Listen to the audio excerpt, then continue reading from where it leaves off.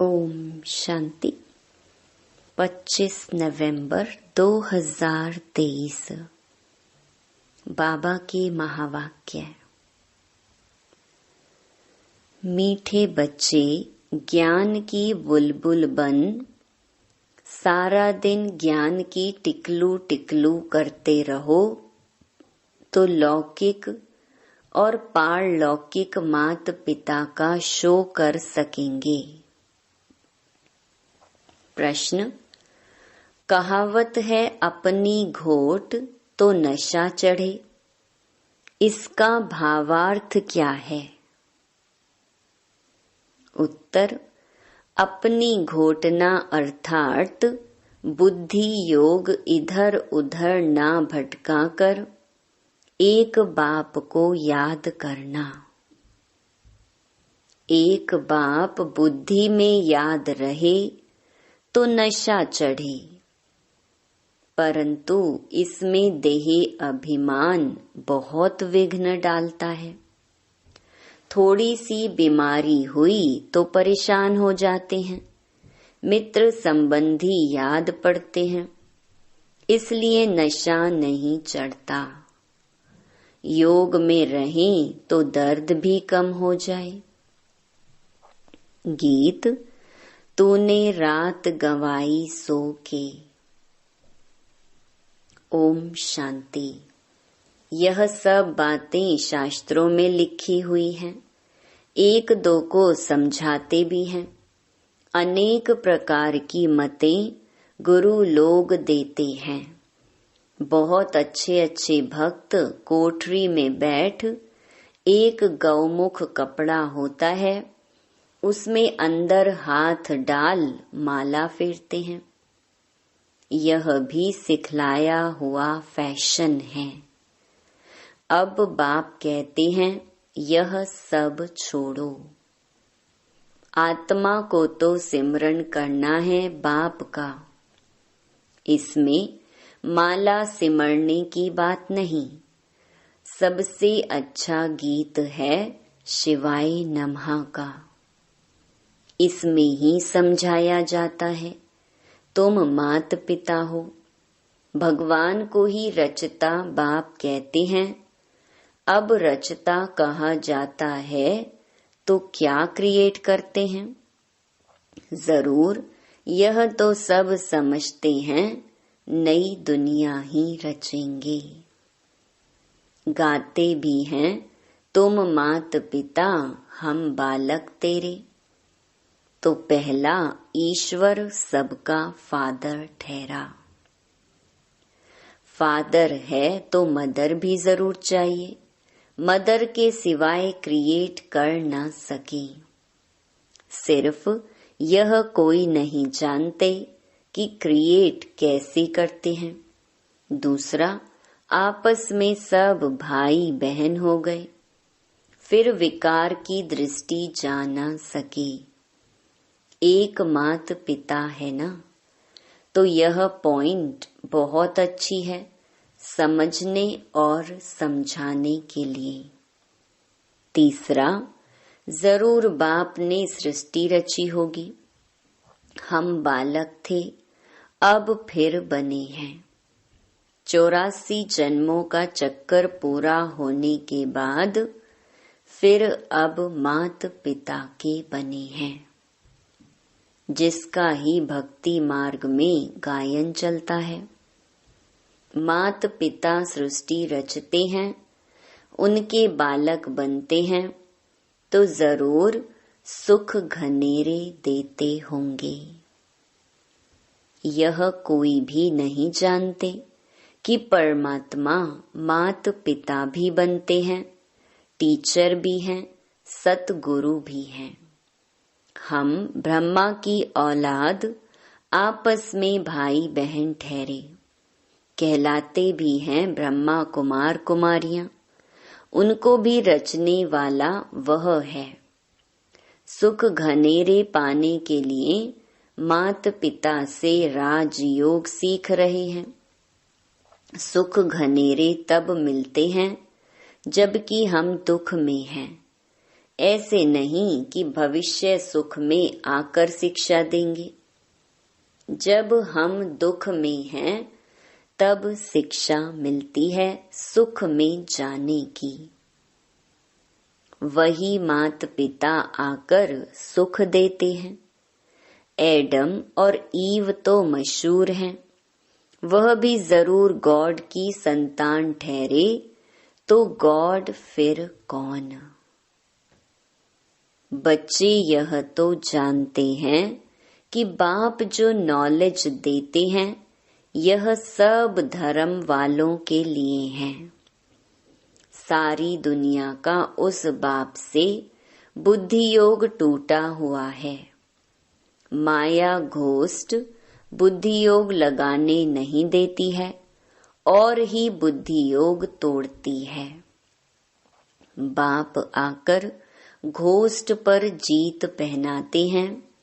आजकल दुनिया में रिद्धि सिद्धि वाले भी बहुत हैं।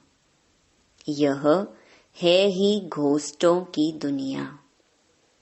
काम विकार रूपी घोस्ट एक दो को आदि मध्य अंत दुख देते हैं। एक दो को दुख देना घोस्ट का काम है। सतयुग में घोस्ट होता नहीं, तो यह भी समझाया है। घोस्ट नाम बाइबल में है। रावण माना घोस्ट। यह है ही घोस्ट का राज्य। सतयुग राम राज्य में घोस्ट होता नहीं, वहाँ सुख घनेरे होते हैं। ओम नमो शिवाय का गीत बहुत अच्छा है। शिव है मात पिता। ब्रह्मा विष्णु शंकर को मात पिता नहीं कहेंगे, शिव को ही फादर कहेंगे।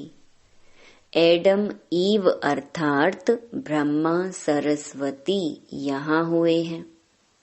वहाँ क्रिश्चियन लोग गॉड फादर से प्रार्थना करते हैं।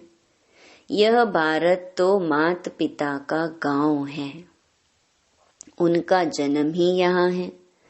तो समझाना है तुम मात पिता गाते हो तो आपस में भाई बहन ठहरे ना। प्रजापिता ब्रह्मा द्वारा रचना रचते हैं, वह तो एडॉप्ट करते हैं। सरस्वती भी एडॉप्ट हुई है, प्रजापिता ब्रह्मा ने एडॉप्ट किया है। तब तो इतने ब्रह्मा कुमार कुमारियां बने हैं। शिव बाबा एडॉप्ट कराते जाते हैं। नई सृष्टि ब्रह्मा द्वारा ही रची जाती है। समझाने की बहुत युक्तियां हैं, परंतु पूरा समझाते नहीं हैं। बाबा ने बहुत बार समझाया है। यह शिवाय नमः का गीत जहां तहां बजाओ। हम मात पिता के बालक कैसे हैं, वह बैठ समझाते हैं। ब्रह्मा द्वारा नई सृष्टि स्थापन की थी। अब कलयुग का अंत है, फिर से सतयुग स्थापन कर रहे हैं। बुद्धि में धारणा करनी है। नॉलेज बड़ी सहज है। माया के तूफान ज्ञान योग में ठहरने नहीं देते हैं। बुद्धि चक्रित हो जाती है। हमेशा समझना चाहिए भगवान रचता तो सबका एक है। फादर तो सब कहेंगे ना। वह निराकार तो जन्म मरण रहित है। ब्रह्मा विष्णु शंकर को सूक्ष्म चोला है। मनुष्य 84 जन्म यहाँ ही लेते हैं, सूक्ष्म वतन में तो नहीं लेते। तुम जानते हो हम मात पिता के बालक हैं। हम हैं नए बच्चे। बाप ने एडॉप्ट किया है। जब प्रजापिता ब्रह्मा है तो कितनी प्रजा होगी, जरूर एडॉप्ट किया होगा। ब्रह्मा को भुजाएं बहुत दिखाते हैं। अर्थ तो कुछ भी समझते नहीं। जो भी चित्र निकले हैं अथवा शास्त्र निकले हैं, ये सब ड्रामा के ऊपर आधार रखना पड़ता है। ब्रह्मा का दिन था, फिर भक्ति मार्ग शुरू हुआ है, वह चला आ रहा है। यह राजयोग बाप ही आकर सिखलाते हैं, यह स्मृति में रहना चाहिए। कहते हैं ना, अपनी घोट तो नशा रहे, परंतु बुद्धि योग बाप के साथ चाहिए। यहाँ तो बहुतों का बुद्धि योग भटकता रहता है। पुरानी दुनिया के मित्र संबंधी आदि के तरफ या देह अभिमान में फंसे रहते हैं। थोड़ी बीमारी होती है, परेशान हो जाते हैं। अरे, योग में रहेंगे तो दर्द आदि भी कम होगा। योग नहीं तो बीमारी आदि कैसे छूटे। ख्याल करना चाहिए, मात पिता जो नंबर 1 पावन बनते हैं, वही फिर सबसे जास्ती नीचे उतरते हैं। उनको तो बहुत भोगनी पड़े, परंतु योग में रहने के कारण बीमारी हटती जाती है। नहीं तो इनको सबसे जास्ती भोगना चाहिए, परंतु योग बल से दुख दूर होते हैं और बहुत खुशी में रहते हैं। बाबा से हम स्वर्ग के सुख घनेरे लेते हैं। बहुत बच्चे अपने को आत्मा समझते नहीं, सारा दिन देह का ही ध्यान है। बाबा आकर ज्ञान की टिकलू टिकलू सिखलाते हैं, तो तुम्हें ज्ञान की बुलबुल बनना है।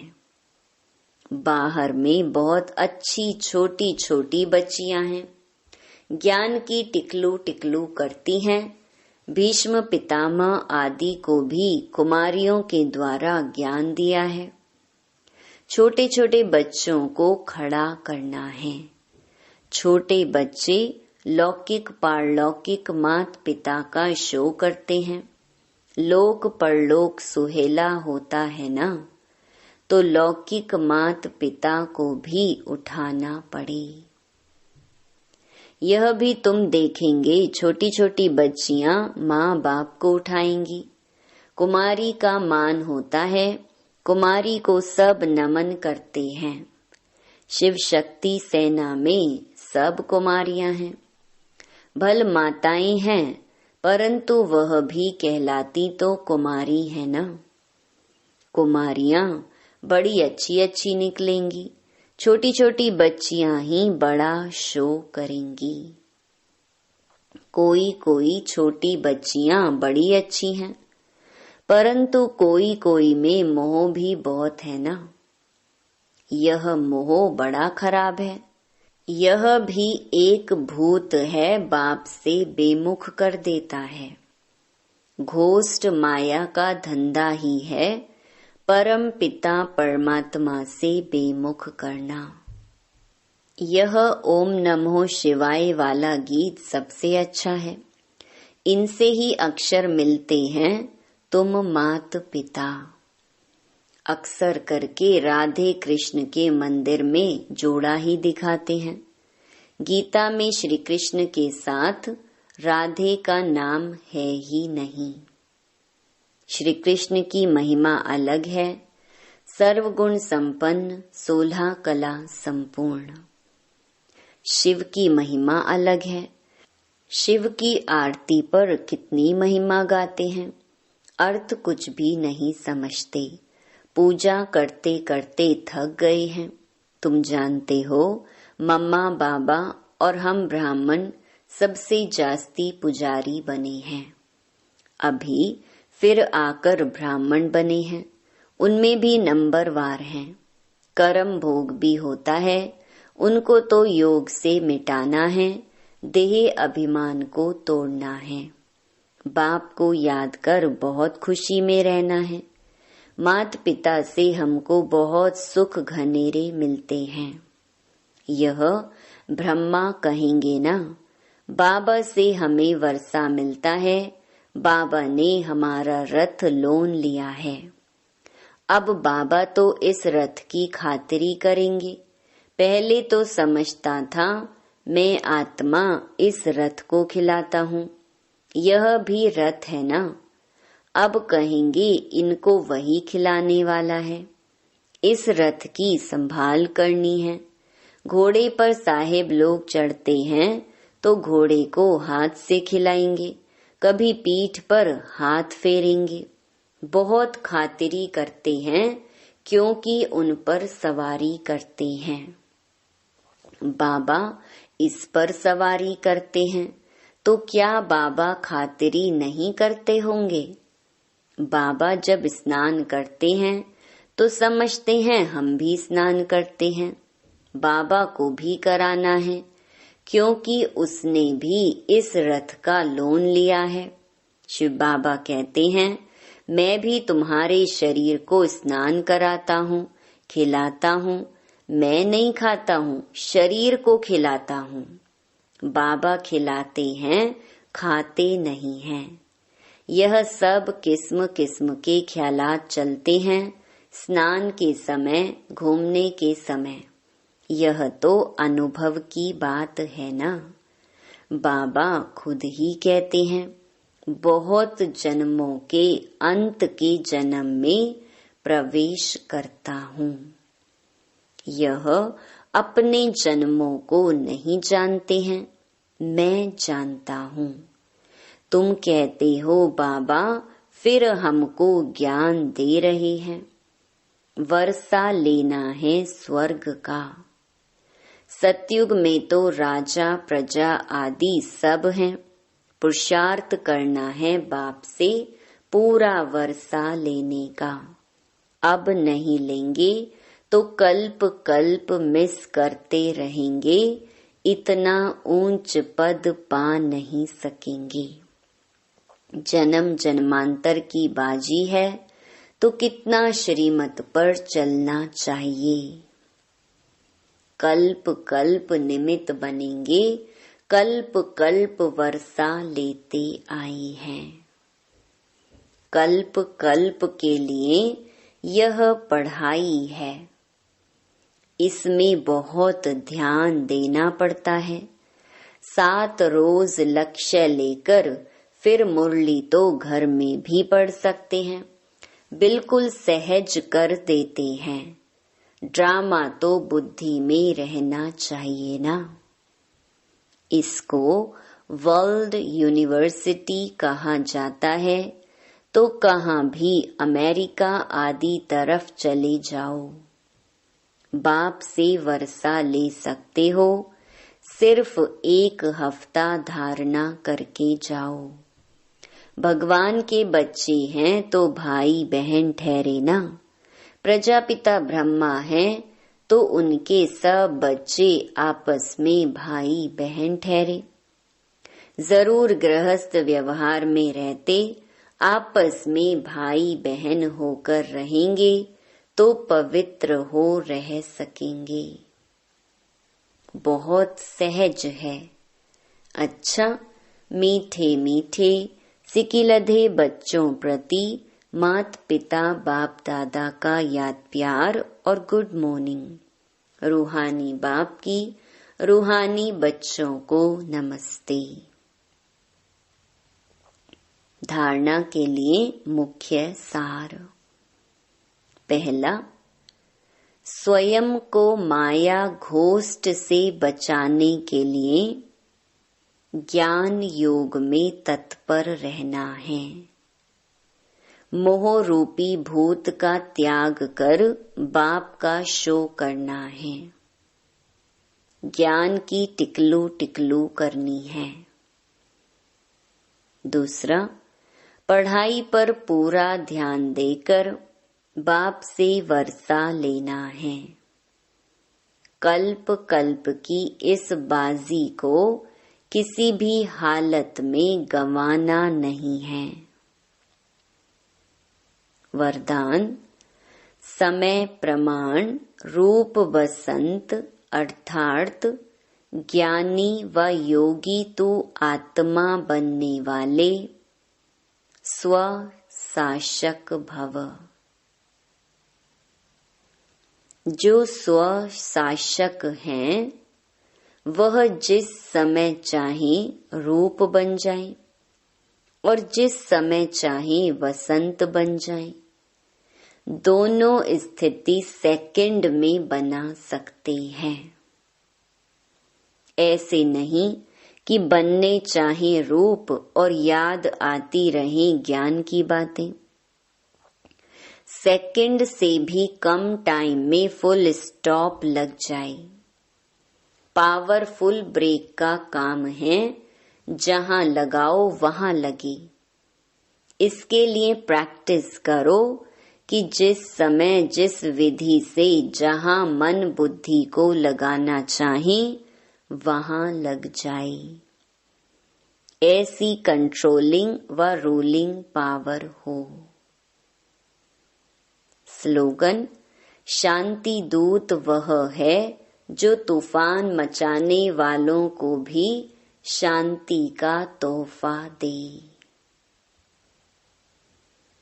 मातेश्वरी जी के मधुर महावाक्य। मनुष्य आत्माओं की परमात्मा से मांगनी और प्राप्ति।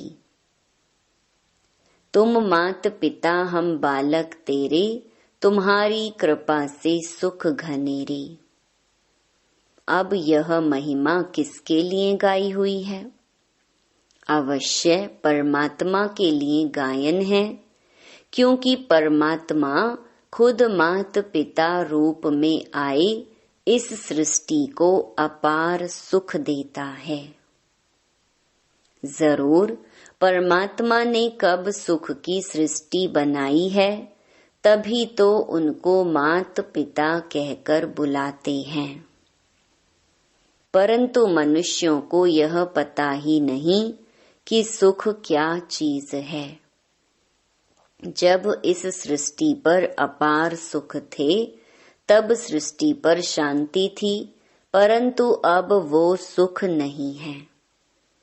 अब मनुष्य को यह चाहना उठती अवश्य है कि वो सुख हमें चाहिए। फिर कोई धन पदार्थ मांगते हैं, कोई बच्चे मांगते हैं, कोई तो फिर ऐसे भी मांगते हैं कि हम पतिव्रता नारी बने, सदा सुहागिन बने। चाहना तो सुख की ही रहती है ना। तो परमात्मा भी कोई समय उन्हों की आश अवश्य पूर्ण करेंगे। तो सतयुग के समय जब सृष्टि पर स्वर्ग है तो वहां सदा सुख है, जहां स्त्री कभी दुहागिन माना विधवा नहीं बनती। तो वो आश सतयुग में पूर्ण होती है, जहां अपार सुख है। बाकी तो इस समय है ही कलयुग। इस समय तो मनुष्य दुख ही दुख भोगते हैं। अच्छा, ओम शांति।